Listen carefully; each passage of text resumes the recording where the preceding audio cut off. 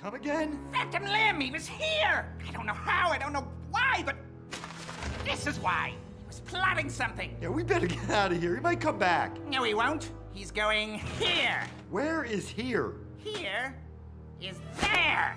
21, we are going to space. What? How the fuck are we Fetch gonna... me a New Jersey transit schedule.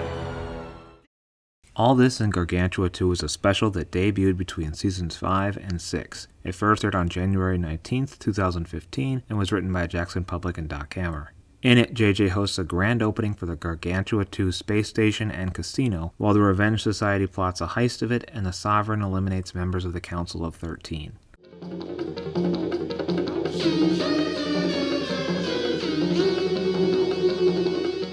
Let's start off by talking about Gargantua-2 itself. It's kind of obvious once it's pointed out, but I didn't notice until it was pointed out to me that the Gargantua-2 space station is shaped like a G. In the art book, Jackson says of the 3 spheres that one is for JJ's super science stuff, one is the casino, and one is the hotel. During the promo material for Gargantua-2, a woman says, "Ooh, love that gravity." Which is very similar to this moment from the 1989 Batman movie. Love that joking. Wild Fop states, The Sovereign can be such the queen bitch when we're late. which is a reference to the David Bowie song, Queen Bitch.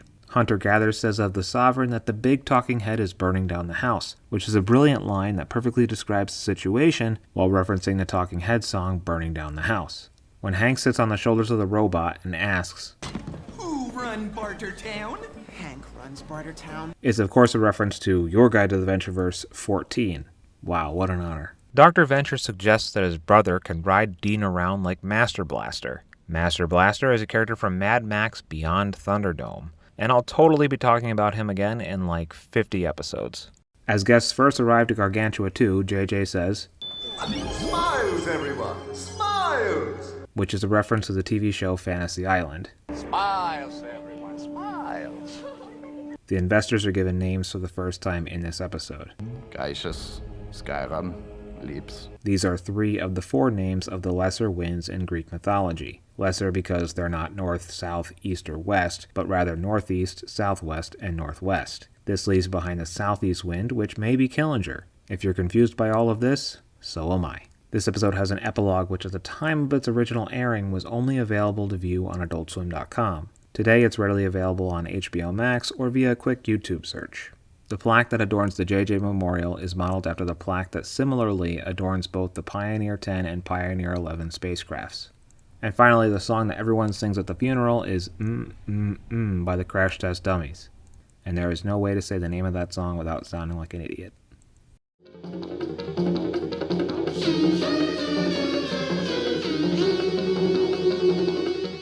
I'll start off again by talking about the Gargantua-2, which is the next incarnation of the Gargantua-1, the space station that the Ventures visited in Careers in Science and later crash-landed in Guess Who's Coming to State Dinner. The plot of What Color Is Your Clean Suit revolves around Dr. Venture being tasked with creating ray shields to protect it, but it's been offhandedly referenced as far back as Handsome Ransom.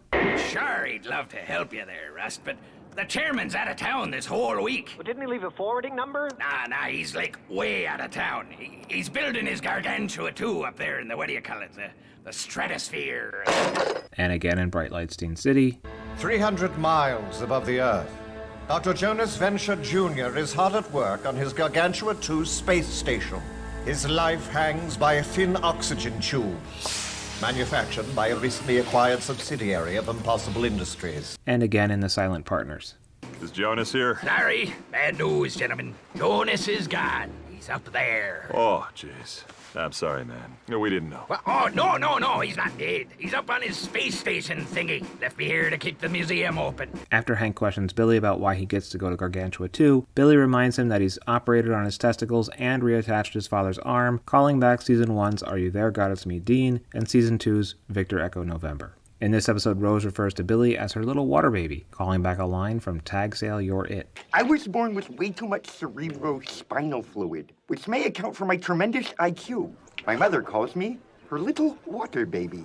This episode adds to the Revenge Society Radical Left and Zero. Radical Left previously had only appeared in Mama's Boys as a random inmate at Dunwich Asylum, and Zero was the former henchman turned supervillain who was last seen in Any Which Way But Zeus, and is pretty unceremoniously killed off in this episode. And speaking of unceremoniously killing characters off, this episode kills off the majority of the Council of 13, who we had just met a few episodes prior.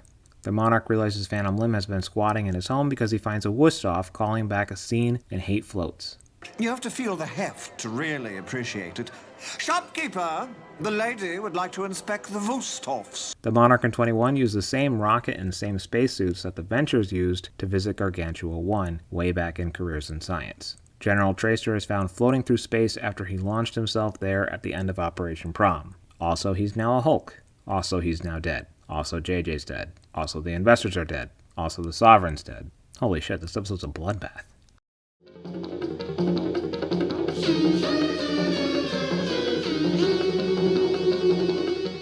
This episode is an absolute treat for longtime Venture fans, packed with callbacks and non-stop cool shit. It also manages to perfectly bridge the gap between seasons 5 and 6 of the Venture Brothers, clearing out lots of unnecessary characters and paving the way for the brand new Venture normal. Also, this episode was the first new Venture Brothers thing to come out after I met my wife in the summer of 2014.